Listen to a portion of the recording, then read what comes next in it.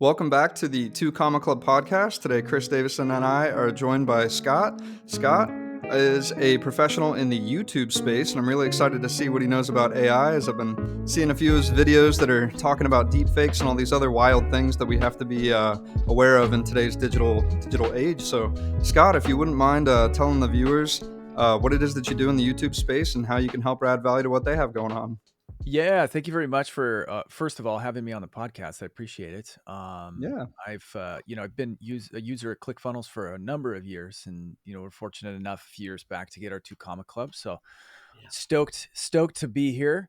Yeah. So what do? I run a YouTube done for you agency. We work with clients, mostly business owners, founders who are wanting to grow their personal brands or drive leads to their business through YouTube. And I've been doing that. I've been on YouTube for the last 11 years now, and we've had our agency for the last 6. And things have been phenomenal. We've helped our clients grow accounts into the hundreds of thousands, some of them into the millions of subscribers. We've got, I think we're over 1 billion total views in all of our our client videos. And so that's been my jam for the last number of years, and it's been awesome. It's paid us well, and we're very happy. I love that. I love it. So you have the done for you model. I'm real excited about that. Although John, I want to get into that. He geeks out on the funnels and the processes and well, hey, if you want to tell folks maybe how you got started in the space and kind of where you come from. I love getting people's background because everybody's different. So love to hear kind of like before we got online here, we talked about where you're from originally, that kind of thing. And if you just want to catch people up, like where you came from and then how you got in the business world and the funnels world. Yeah, so I've been an entrepreneur my entire life. I mean, even when I was a kid, I was always trying to find things to build or to buy, to flip, to sell, just to make some extra money. So naturally, when I became an adult, I tried, the corporate America thing for a little bit, and worked at a few corporations. I was like, this is just not for me. I tried to go to school. I went to college, went for 2 years, and I was like, no, this isn't for me. And so my wife and I got married in 2004 and immediately started our first businesses. And we started a few of them, and literally everything that we did failed. And right when we were in the middle of our 7th business failure, we lost all of the equity in our house. We were in debt up to our eyeballs. And we're like, you know what? Let's write a book about success.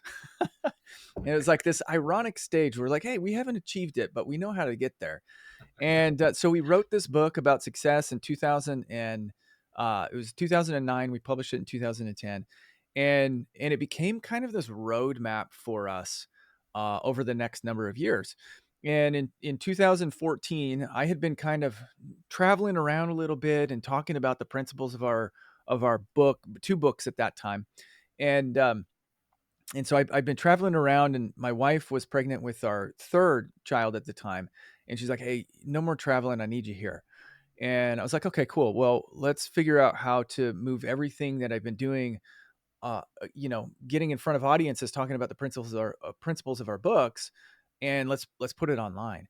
And so we started our YouTube channel in 2014, and it took about 2.5 years, 3 years for it to really catch fire. And then when it did, it was awesome. We were full-time YouTubers from 2017 to 2019. And then in 2019, you guys know entrepreneurship. It's not like a linear straight up line. It's all over the place. Yeah. And then hopefully you end up here. You always start down here, but hopefully you end up here. But a lot of the times, you'll grow and then you'll crash, and you'll grow and you'll crash, you'll grow and you'll crash. Yeah. And in 2019, after being professional YouTubers, getting paid by YouTube, um, we were in the family vlog space, and they basically changed their algorithm, which destroyed our revenue virtually overnight. It was like an 80% dip month over month. Man. And at that point, I was like, hey, look, we can't go back to being professional creators. Let's take what we know and let's offer it to businesses and see if we can find some if we can turn this agency thing into something that's big. And we started, slowly but surely, we started finding businesses that were like, yeah, help me out, I'll pay you, a few $100 here, a few $100 there. And then we started getting results, and then we just kept increasing prices, increasing prices until we are where we are now. And 6 years later, again, like I said, life is good. But yeah, success wasn't linear for us. It was all over the place, very messy, and it still is. In all honesty, like even when you have once you make millions of dollars and business is good, you still are going to run into things that are going to upset the process, and different evolutions and the economy are going to change things, and you never know, who might be talking bad about you online, and that can affect business. I mean, there's all sorts of things that can make things messy, but it's an adventure. It's fun. I love what I do, and I love the Yeah, process. that's awesome. I love that. It's great to have, the passion about the journey. It's like the person who's loves walking will go farther than the person who loves the destination, right? And Yep, it's yep, I can hear that in your voice, how passionate you are about this, which is amazing. Um, 100%. so in the YouTube space, I know that there's like the organic side, but then there's also like the paid ad side. Do you do a little bit of both, or do you primarily focus on one or the other? So we focus almost 100% exclusively on organic. The only time we bring paid in is if we want to kind of rev the engines on organic side a little bit. But we have a very, very specific strategy that we use. We don't just I would never like people who are listening to this who are like, oh, you rev the engines if you pay for views. Now, like you have to be very like laser surgical about the way that you run paid ads if you want to grow organic. So that's the only time that we dabble on the paid side. Gotcha. Gotcha. Yeah, John's gonna love talking more about the YouTube and getting into the nuts and bolts of things. So I just want to warn you, he's been doing that. So, and All good. I already have somebody I want to refer to you, Scott. So when we finish up, I already got a referral for you. So, I but love it. looking at things, something really struck me on was kind of that transition because I know that's a big thing. I'm kind of skipping ahead. I love talking about where people kind of hit that like phase where they're going employee or they're starting a business and things start to click for them when they really commit. And it's interesting. You brought up the fact you guys got a book together about success and you weren't quite there, but what you learn, and sometimes learning what not to do is even more important than what to do. I'd love for you to kind of just dive in a little bit, like what did that look like for you and kind of that mindset shift and for what you guys were doing, and then how you had to transition a little bit and how that's helped your business.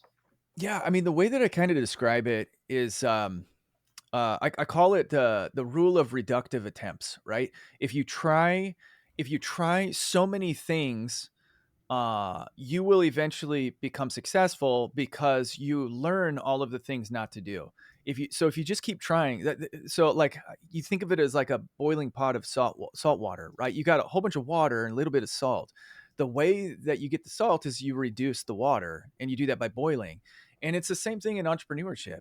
You have all of these ideas, and none of them are wrong, but you never really get good at anything until you try and you stumble and you fail. I played sports all growing up. I played soccer, lacrosse, baseball, and I didn't get good until I really honed in and I tried, and then I played against better players than me, and I learned from them, and then I get better and better and better. But it was because I kept trying. I kept picking myself up, and that's the same thing with entrepreneurship. It's like you don't know everything. There are all these like kids that are out there. I'm 40 years old. There are all these kids out there, 19, 20, that are selling this dream to other people. I don't mean to be mean. Some of them are probably pretty good at what they do, but they're selling this dream that all you got to do is start creating content online, and then you can sell courses, and then you can do XYZ. And that's not the truth for most people. It's really like it works for some people who have the ability to just open their mouth and sell and talk, but that's not the common folk, right? I talk to people who are in their 30s and 40s all the time, and they're just like, I have a dream to be an entrepreneur, but I don't know how to sell. I don't know how to I don't know how to come up with a good idea. I don't know how to do this. I don't know how to do that. And my I have the benefit of having 20 years, 25 years of like just kicking things around and seeing what would work, and then losing a whole ton of money, and then, "Oh, I don't wanna do that. Maybe I should maybe I should think about like creating some type of a business plan before I start, or at least have a marketing plan so that you know who you're selling to and you know how to sell to them. Um, like, I think that if you just go for long enough, you'll eventually get to the point where something takes, and then you're like, "Okay, cool. Now let's apply this little principle that I learned from a failure 10 years ago to this equation and see if that supercharges things." And you just end up, you know, getting better and better and better, but you gotta try stuff. Yeah, definitely. They say the road to success is paved with failure, and I Yeah. like your boiling over analogy because that states it perfectly. I like that. Yep. So in terms of like the nuts and bolts and the framework that you do use for YouTube, could you elaborate on that a little bit and kind of showcase what that looks like to get the organic side going well? If you're interested in learning more about the tidbits and advice that they have, then you should consider subscribing to the Two Comma Club newsletter, where you'll get daily updates and advice on the podcast and the things that we are learning from the individuals who have made at least $1 million. Just go to 2ccnewsletter.com or click the link in the description down below and subscribe. Yeah, yeah, totally. So, one of the biggest failures that I see people do on repeat is they try something for a little bit and then they either change their strategy or they quit. When in reality, if all they did was just stay consistent, then they have a high likelihood of being successful. Because just like entrepreneurship, YouTube is just about it's about just sticking with it long enough. And so the first thing that I always tell people is, commit to creating content at least once a week for at least 5 years. Don't say I'm going to do this for 6 months and then I'm going to peace out if it doesn't work. That like you can't have an end in mind. It has to be like, nope, this is what I'm doing. I'm going to do it for 5 years. And then once you have that mental commitment, then from there, then you say, okay, who is the audience that I'm serving, and what am I serving to them? And going into YouTube with the audience in mind first will YouTube is smart enough. The algorithm is smart enough now to put your content in front of exactly who you want to see it. And so if you go in and you go in and you're just like, I have a concept, but I don't know who the audience is. And then you start speaking to these people and you start speaking to these people. And then all of a sudden it's like you have a woman in your comments, you're used to talking to men. You have a woman in your comments. It's like, hey, would you make this for women? And then all of a sudden you're like, oh, I got to make a video for a woman. And I'm like, yeah, it's a completely different perspective than what you're typically used to. Now you've created content for multiple audiences, and YouTube's like, who do we put this in front of? We don't even know. It's too broad. And so knowing your audience, what they like, what they're afraid of, what their pain points are, from the beginning, and creating content that is value oriented for them will give you such a leg up uh on anybody else who's just kind of like throwing broad stuff out there. So like on my personal YouTube channel, I created a here's the thing, guys. Like I am in this constant search of like, how can I make the laziest and most effective content? And so I'm always Perfect. like testing new things. And I have a test right now, and it's probably one of my favorite channels that I've ever created up till now. And it's just my personal channel where I press record every afternoon, Monday through Friday, sometimes on Saturday, and I just rant about something that happened during the day or something that some like emotion that was triggered or some profound thought that I had. And I'm targeting male entrepreneurs who are doing over 6, maybe 7 figures, who are just looking to scale, looking to grow. Oh, and they're in their 30s and 40s. I'm talking to that specific audience. And it's awesome. The engagement is awesome. YouTube is it's got 600 subscribers now. About 300 of them have come in the last month. And um and I'm getting like multiple hundreds of views, sometimes over 1,000 views on a lot of the videos. Now, that relatively speaking, like that's small if you're thinking about giant channels. But the cool thing about it again is I'm targeting exactly who I want to target, and it's growing at a pretty rapid rate, and it's super lazy content. So the idea is that if you focus on that audience and you give them what they want, YouTube's going to give you what you want, which is views, subscribers, leads for your business. I love that. And I like appreciate your honesty because you're being vulnerable. Like, hey, I'm just trying to be lazy in this situation. Let's see I'm a what business happens. owner. Like business owners don't have we don't have time to like plan and shoot like a Amen. Iman Gadzhi or a Mr. Beast type of video. It's like that takes days. Like I got 15 minutes. Let me just press record and whatever comes out comes out. I think that really, which I appreciate, Scott. First off, your honesty and vulnerability, but I appreciate the fact that hey, you have a target audience, and that's what we're always talking about, John. Like, hey, what's your niche here? I mean, you want to hit things, but being broad is nowhere. Being Yep. niche is where it's at. And I think that's good. You know that, and that's what the audience you're attracting, and those are the people that you're going to resonate with. I guess along that lines, like how are people discovering you? Obviously, you're just help us out. Like how do people go through the process, kind of discover you, see how you can help them, or you just put things out there, kind of just in your niche and just see what happens, or how are you doing that? Yeah, no, I tell YouTube exactly who I want, and YouTube gives that audience to me. So, for example, let's just see here. Real time, you guys. This is real. This is raw. Sean loves I'm this stuff. I just want you to know that. yeah. Perfect. I'm just giving you a live example here. Okay, let's see. So one of my recent videos was titled um, "If you're over 40 and want to make millions, confront your shadow."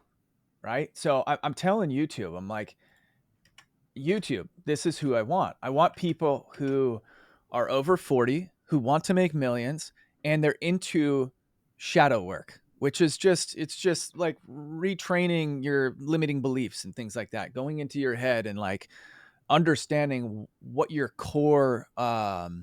the core emotional motivators that keep you motivated or hold you back, and then trying to retrain those things. So I mean, that's a very specific avatar, and mostly it's men because I'm a man, and it's in my thumbnails are directed towards men. They're bold, but I'm saying, okay, men over 40 who want to make millions, who have some have some issues in their head that's holding them back. That's very specific. I want that Yeah, entire audience.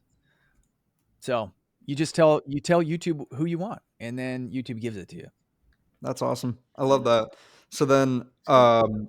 when you do go on YouTube and you're getting searched in that capacity and all that, how are you nurturing the audience that you are bringing in to get them into your ecosystem and ultimately be able to serve them? Yeah, I mean, so I'm just like I'm being very brutally honest with you guys, and I'm being vulnerable with you guys. This is how I approach my YouTube channel as well.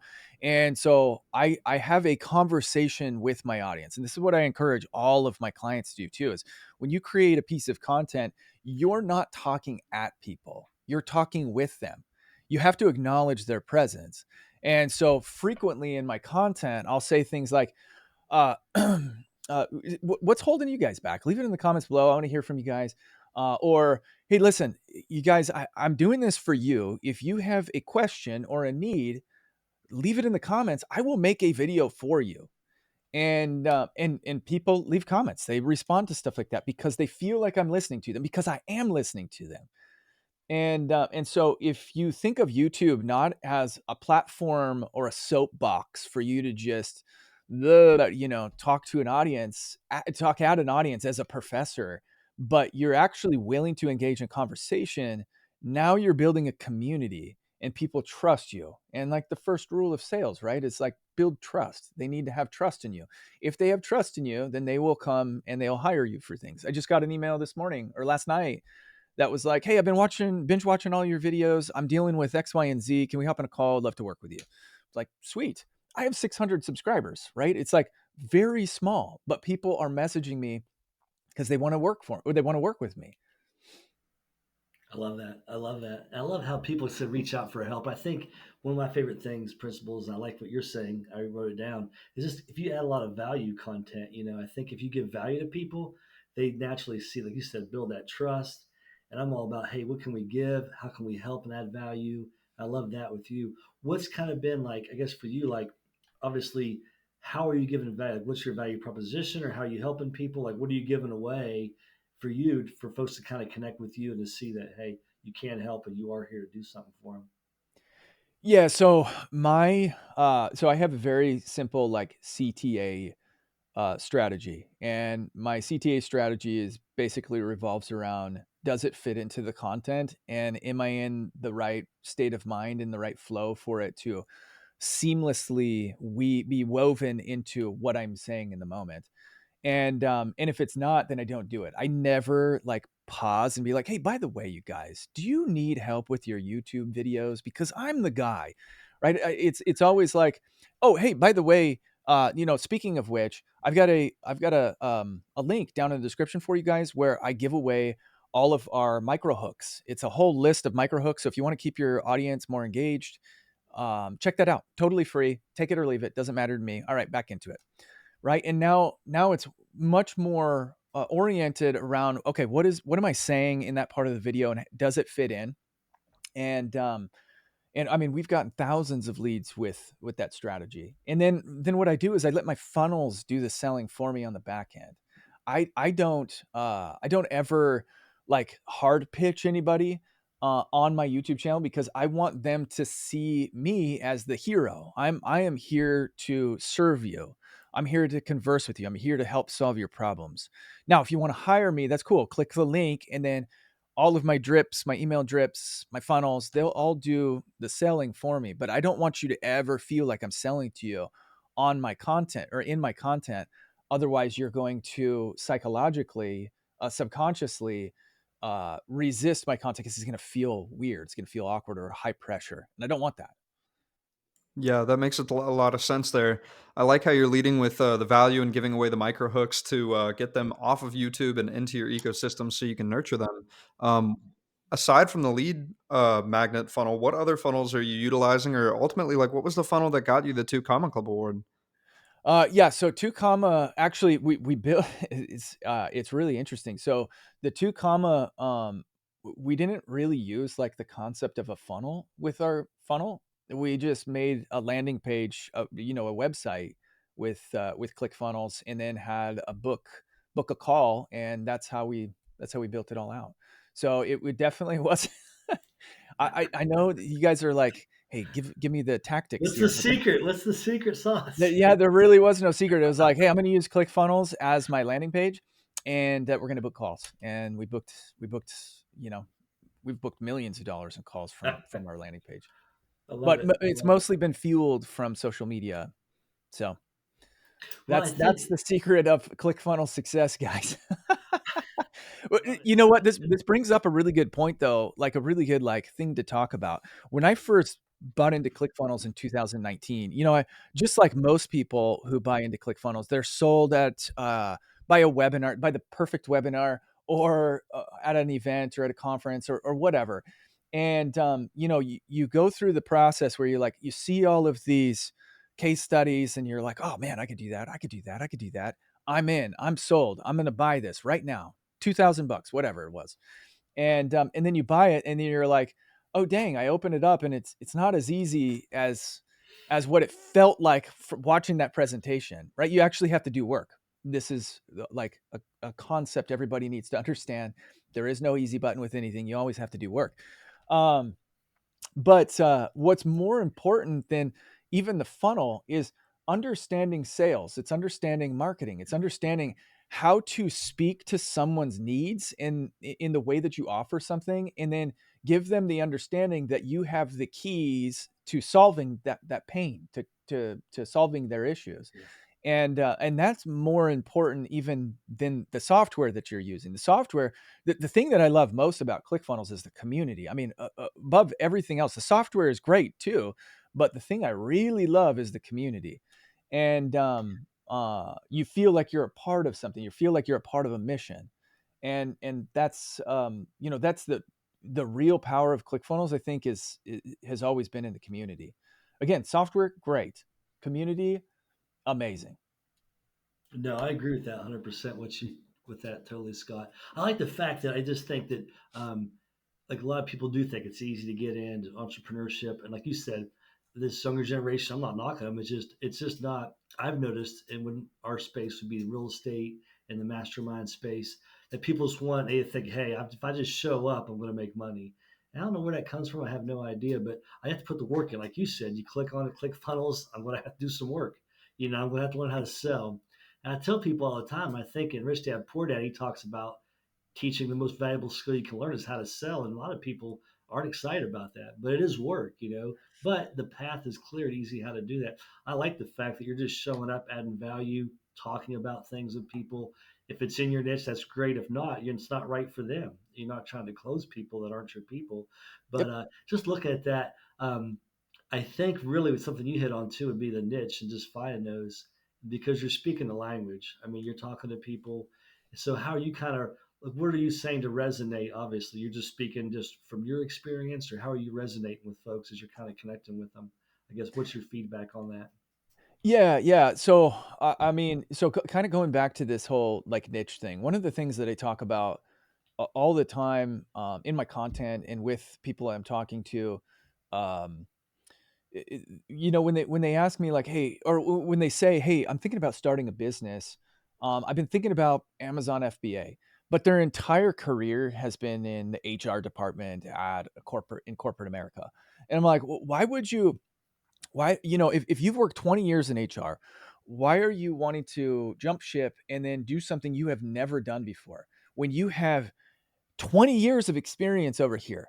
Why don't you take that experience, take your knowledge, go to ChatGPT, say, ChatGPT, I've been in HR for the last 20 years. What kind of digital products can I sell?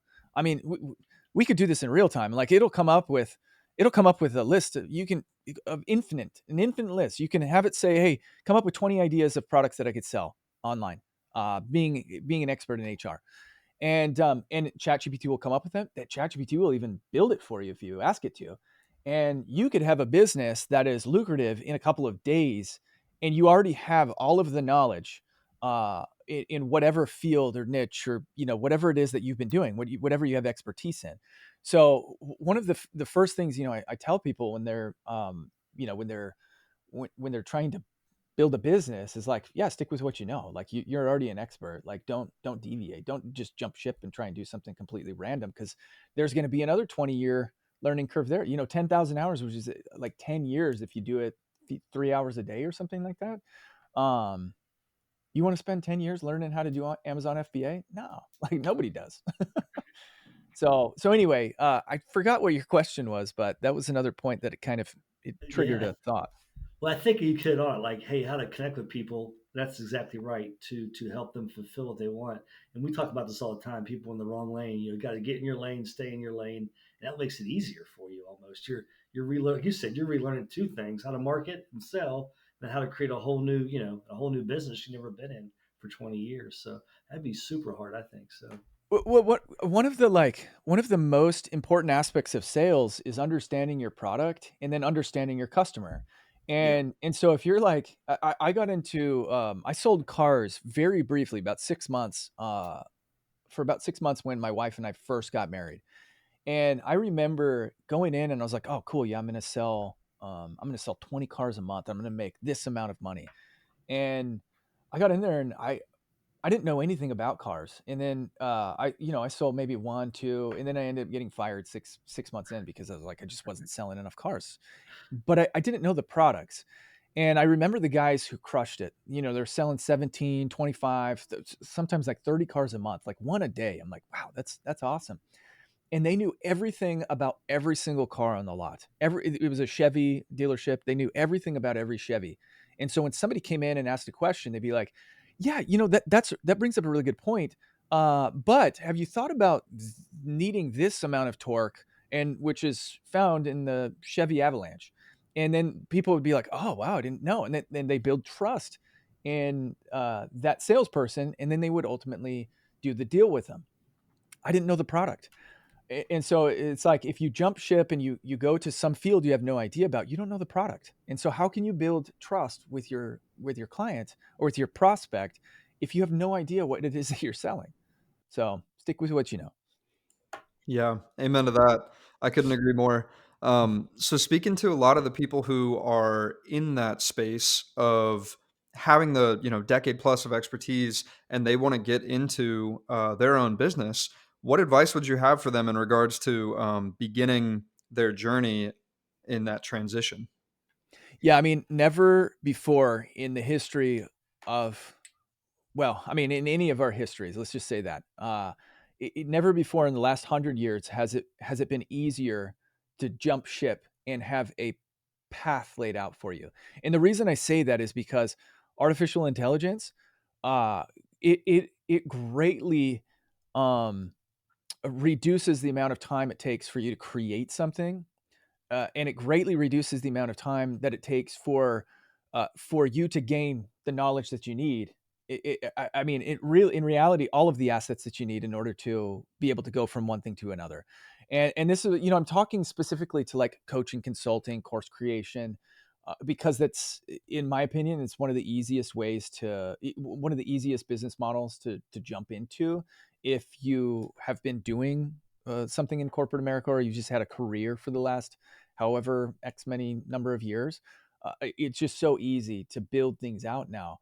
One of the things that I've done, we're actually just releasing a low ticket offer. I think next week is when it comes out, and I built this low ticket offer. I mean, I had to film a bunch of videos. It took me hours, but the core low ticket offer I built in like 90 minutes with ChatGPT, and it's like 87 pages long. Like, it is huge, and it's packed full of value because I'm just translating what I know, just dumping it into ChatGPT, and ChatGPT is organizing it for me into modules and just like different different deliverables that my prospects need help with. And so anyway, ChatGPT, artificial intelligence, man, I am leaning into it so heavily right now, and it is the productivity that's coming out of it is insane, and it allows me to get I so love much more that. done. So to answer the question, short answer to the question is go to ChatGPT, go to AI. It's like the easiest path. I love that. And we put out articles every week, and Chat GPT is just, it took something that took me an hour, 2 hours a week to research, put together. And within like 5 minutes, I get what I want, the content I want laid out, X number of words, bullet points. And every week I get feedback. Hey, well, your article is great. Good job on that. I'm like, well, if you put an evergreen article about real estate and masterminds, it comes up. So, but anyway, so I love that. I think I always say I'm always looking for force multipliers, like what Yep. can make it, how can compounding interest, all those kind of things. And I think that's where AI, and for years, I mean, for a while I fought that, but now I just see how easy it is to do those kind of things. But you have to have some kind of knowledge base or what you want to do. You can't just, like you said, start in one industry and totally flip flop and be the subject matter expert just because you have Chat GPT. I just think it's a force multiplier, and it Yep. doesn't really replace people. It doesn't replace the sale. Still have to sell people. Chat GPT is not a Well, not salesman. yet. Not yet. Have Not you guys yet. been But I playing got. around with have you played around with Operator? No, I Uh-uh. haven't. Let's hear Oh about it. man, that's going to be a game changer. So that's the ChatGPT agent, AI agent, and you just tell it to do something, and it has its own built-in web browser, and you can watch it, and it'll there's a little window, and it'll go to websites, and it'll just start copying things. You can copy and paste things. You can do a whole bunch of research. You can give it as many tasks as you want, and it'll just do them in the background. So it will replace virtual assistants, like specifically for research. Eventually, it's going to replace a lot.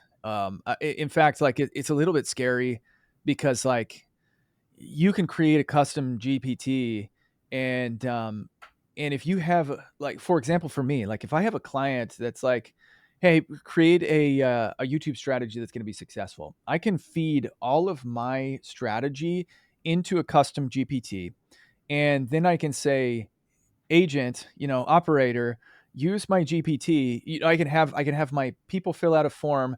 We're going to be able to sync it with ChatGPT. So eventually people fill out a form, ChatGPT will be able to take that data and then go and use my custom GPT to build out a strategy. And then it can even, it'll be able to email for you. It'll be able to schedule calls. It'll be able to do everything.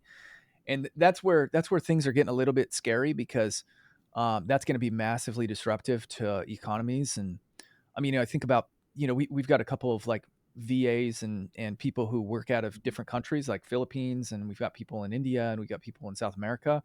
I'm like, oh my gosh, this could replace those people. And that's really sad to think about because I don't want to do that. But at the same time, like it's super efficient and it's like having an army of people. Um, so we're going to get to that point at some point. The world's going to get to that point at some point, and it's going to be very disruptive. Um, so yeah, there's operator for you. Hopefully that's not Skynet doom and gloom enough. Right. Yeah. I was just thinking that. It's funny you mentioned that. Yeah, yeah, Yeah, there's yeah, a lot to be said around the impact that we're going to have as an economy as a result of this. Obviously, in recent years, especially after 2020, we experienced like significant inflation, which yep, already put a big weight on our economy. But then when you throw in the idea that AI can start replacing a lot of jobs and things like that, it gets even crazier. And it's like, at this point, I'm 28, and I've seen just in the few years that I've been like around in the corporate world and other things, how much of our economy has like changed. And it's like, to me, with yeah. my generation, I'm looking at it and I'm like, I wonder if this space is more of a needed thing rather than like, I want to try to be an entrepreneur. It's more like you might actually have to become that, in order to just get by. And so what are some of those tools that you think can really help people to get more into that space efficiently and effectively? And how are you automating things in your business? So my advice for everybody, like it doesn't matter who you are, what you're doing. My advice for everybody is in your free time, learn artificial intelligence and start by learning the biggest programs because those are the ones that are most likely to stick around. So OpenAI, learn all of the programs. Learn how to use them, learn their functionality, test them, get creative with them, and just try to push it as far as you possibly can because you're going to need to see what the boundaries are, and those boundaries are constantly going to be stretching. And then I mean, ChatGPT again, like Sora, create videos with it. Operator, push the boundaries and the limits with Operator. See what it can do. See how fast it takes. Be a voice on social media. Be talking about it. Form relationships. Network with other people who are doing cool things in the AI space. We had a conference called Video Marketing World. Video Marketing World it was started in 2017, and then 2022 was our last year with Video Marketing World. And then we were like, okay, let's take a couple years and figure out what we're going to do. This year we came back with AI Marketing World, and so this October we've got our conference in Dallas. It's AI Marketing World, and we have the best marketers in the industry, the best marketers that know AI in the industry that are speaking and presenting at it. So my whole philosophy is like, okay, if we do this, that immediately takes me, my little bit of knowledge of AI and then puts me way up here because I'm just because I'm a thought leader. It positions me as a thought leader in the space, and so it gives me a little bit of credibility and clout. So when the robots eventually take over, hopefully they'll see that and they'll be like, all right, hey, Scott's cool. Let's keep him in the loop. But no, my whole point is like learn it, learn how you can use it so it'll be more efficient.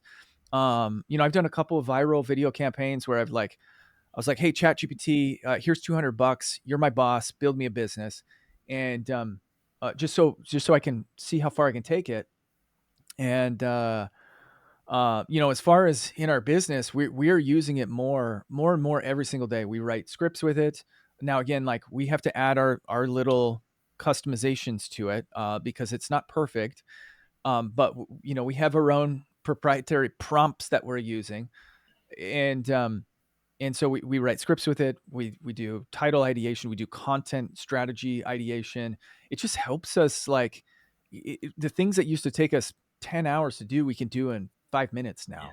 And so our productivity as a company as a whole has increased dramatically.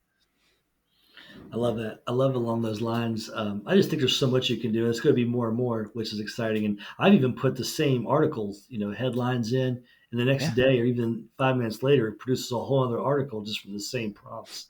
So I think there's going to be a ton more growth, and I just see it on a daily basis. So I'm excited about that. But looking at that for for what you're doing, Scott, in particular, what's your like the 12 months? What's the next 12 months look like for you this year with what you're doing and with AI and all these things we're talking about? Obviously, it'll be a different game, but obviously there's going to be a ton of opportunity. What are you guys planning for and shooting for some of your goals for your company this year? Yeah, so we're leaning very heavily into AI. Mm-hmm. I mean, AI marketing world is taking up a huge amount of my time and a lot of my focus, just because I know the writing on the wall, writing is on the wall that this is the next evolution in the world economy. I need to be positioned well there, and that's why again, I'm like, I can't reiterate this enough. Learn AI. Like, people who are listening to this, learn AI, learn it well. Stay on top of it. As far as the business goes, we've where are we at on time? I don't want to get like too deep into the weeds, but um, you guys have probably heard this before, but the agency model is not, it's not like easy. It's relatively easy to build an agency from 0 to 6, maybe even 7 figures, right? Maybe even multiple 7 figures, like $2-3 million, with a smaller team. But as you try to grow more than that, Mm-hmm. you run into like team building logistical issues. You run into there's a knowledge gap. You can hire people, but do they Mm-hmm. understand how to create a content, or how to duplicate your efforts with the exactness of like your brain.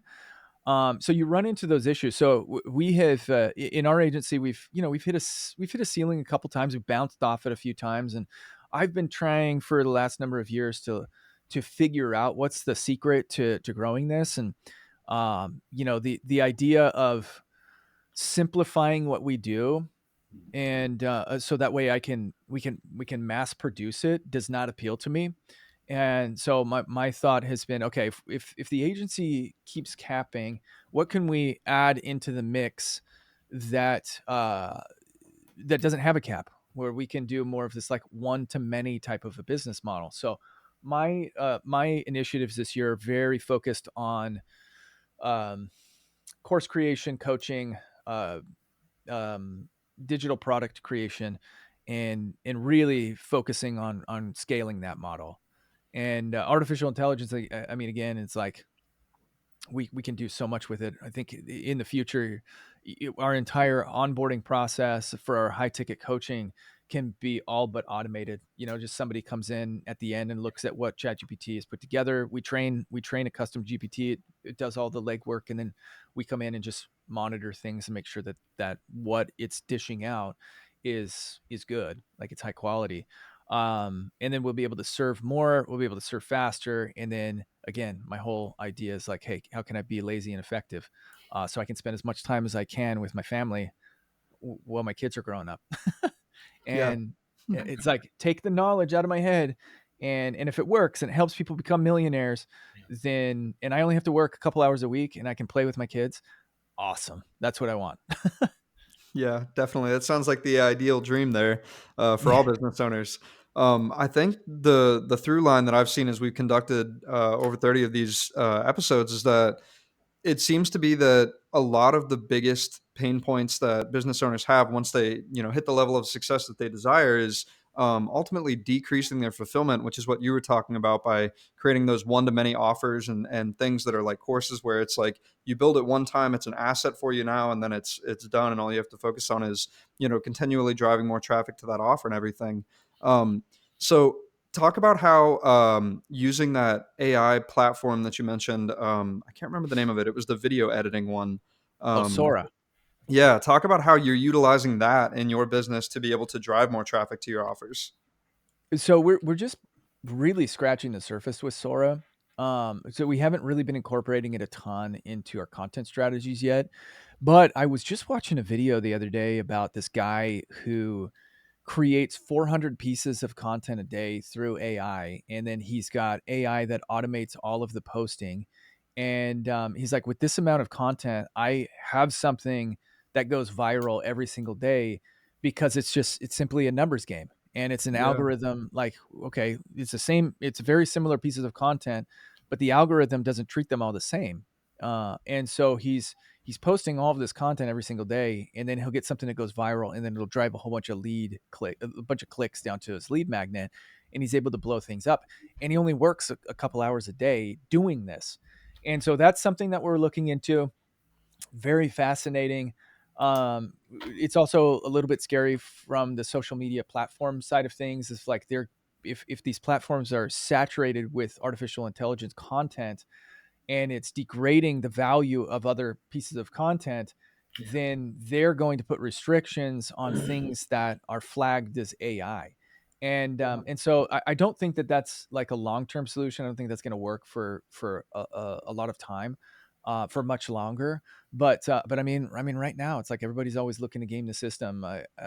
This is why it's so important to learn this stuff. Is so that way you can spot opportunity when it pops up. And beyond that, artificial intelligence isn't as creative as a human yet, and so really leaning into the creative side of your brain is going to be really really important as well. And in all honesty, like, above anything else that I feel like people need to learn, or kids need to learn in school, they need to learn their core things, but it should be they should be placing emphasis on creativity, because it's that unique that's where the unique value is going to come from in the future. It's if you can if law schools close because ChatGPT becomes the ultimate lawyer, uh, which would probably be good and bad. Lawyers are they're fun, but uh, Yeah. it's like art schools, blow them up, because we need creatives who can engineer prompts and really learn how to use AI in the creative ways. Yeah. Yeah, definitely.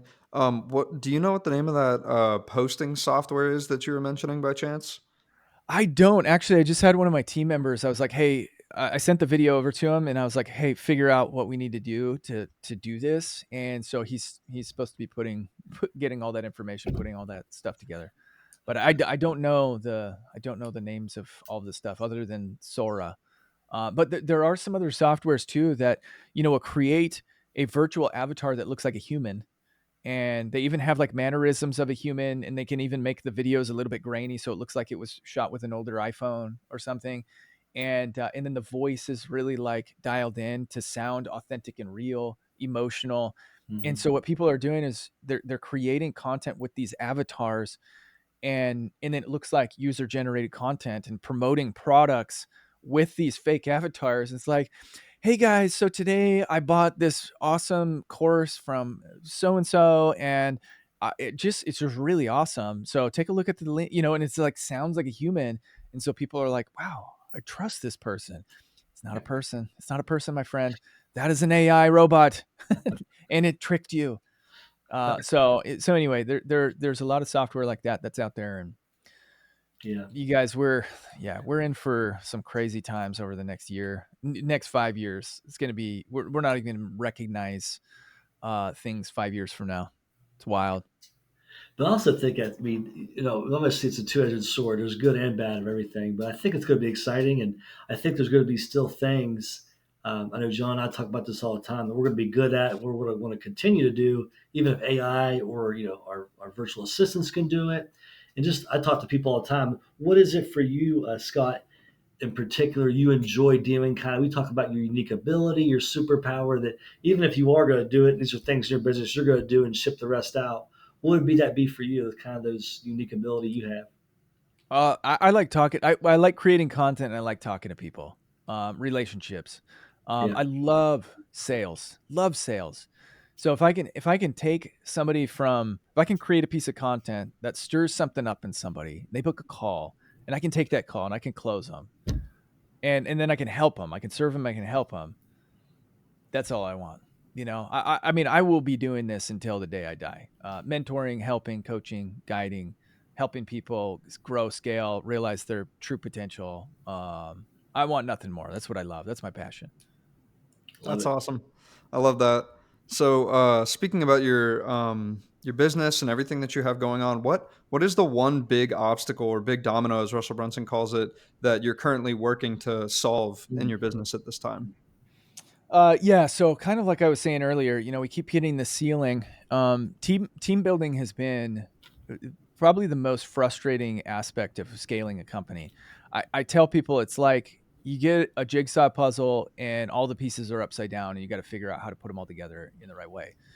And it's so difficult because you'll hire someone that you think is going to be amazing, and you pay them a ton of money, and then ultimately they end up losing a whole bunch of money because they just don't get it. And then you hire somebody who you hire somebody for um, for a low cost, and they're a grinder, and they just get things done. And then those are the people who kind of like level up. But finding the right people to build a business is really, really difficult. And then inspiring them the right way and figuring out what motivates them is really difficult as well. So team building is one that I just haven't cracked the code. The biggest our company's ever been was 22 employees. Now I think we're hovering around 15, and we've got it really dialed in right now. But yeah, I mean, anytime that I've tried to grow and I'm like, oh, I need to hire a whole bunch of people, uh, it's I always make mistakes. We have no idea where to find the people that are like, this is the perfect fit. And even when like we've hired people to like find people for us, and then we'll go out, recruit somebody or find somebody, and there'll be a personality clash, or they'll have something going on in their personal life, or their uncle will just die, or like there's all sorts of stuff that just the more the bigger the team, it's like more money, more problems, right? It's like more team members, more problems. And that's one of the And things. it's That's hard. one of the things. That's one of the things John and I talk about a ton. And I've had several businesses over the years, and I might make this much. We might have this much profit, and then we kind of start growing. Then we have that much expenses. So it's always like, if we stay small, we might have the exact same profit margins if we 10x what we're doing. So it's always one of those things. You just got to kind of look at the scale and how it's working out. Is it not working? And then obviously the economics change in businesses. But you're right. I mean, sometimes the scalability, your profit can be the exact same if you're large or small. So Yeah. You guys, the other, and I know we're like coming up here on time, and this is something I really would have loved to have gotten into a little bit deeper. But one of the other things that we're doing this year is focusing a lot on building our own assets in our agency, because we've helped founders scale their YouTube channels to making some of them make 40, 50, $60,000 a month off of their YouTube videos with AdSense. And so what we're doing, another thing that we're doing this year to kind of to build our own portfolios, is Faceless YouTube. Right, I have been building YouTube mm, channels for the last 11 years. I know YouTube inside and out, and I'm like, why have I never done this? We've acquired some YouTube channels. We partnered with some people, um, and we know how to monetize YouTube channels outside of AdSense. And so our entire goal is build YouTube channels that are monetizable, and then have ownership or partial ownership in them, so that way we can scale our revenue with our team, with our own assets. It just opens up a completely different yeah, field, different department of our business, which is the end result is hopefully it's far more lucrative that's awesome. than the agency has been.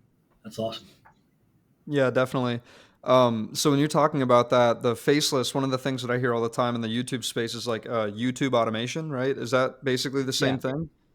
Yeah. So yeah, Faceless, YouTube automation, yeah, the cash cow channels. There's a lot of like different names for this style of content, but basically it's just narrative driven, story oriented type of content to B-roll, and and then there's a voiceover and captions, and then good thumbnails, good titles, and then wham bam, you got a good solid piece of content.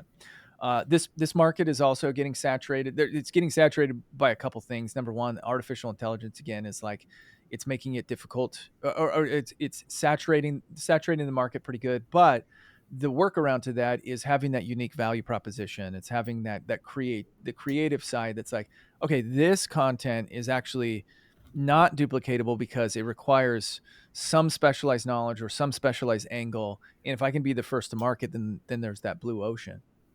Yeah, Uh, but the other aspect to it is there's a lot of people in the space, a lot of coaches in the space that are, the gurus. and they're just giving down bad information. And so my thoughts, like, I don't want to sell a course on creating faceless content. I just want to do it and make a bunch of money doing it. And then we'll partner with people who want to do it with us, but we want skin in the game because we want to we want to be, we want to work with them. We want to participate in that and have our own, like I said, have our own assets. Cool. That's cool. I love that. Love that. Well, hey, I really appreciate your time today. I mean, I learned a ton. I learned a ton of Good. animation and AI stuff, and I've been doing it, but to a limited spectrum of just working on articles and stuff like that, which I enjoy. I'll probably continue to do that, but ramp it up a little bit based on our conversation. And just appreciate your time today, Scott. Really do. It's a great conversation. How would be the best way for folks to connect? And obviously, you share more of your knowledge and what you're doing, and reach out to you. Yeah, so Twitter, Instagram, YouTube, come find me. Our business name is Graffiti. It's like graffiti without the G, Raffiti. Or they can find me. I'm Scott Simpson. No P in Simpson. And it's I am Scott Simpson. Got it. Awesome. Well, thanks again for your time today. This has been insanely valuable, and we'll catch you later.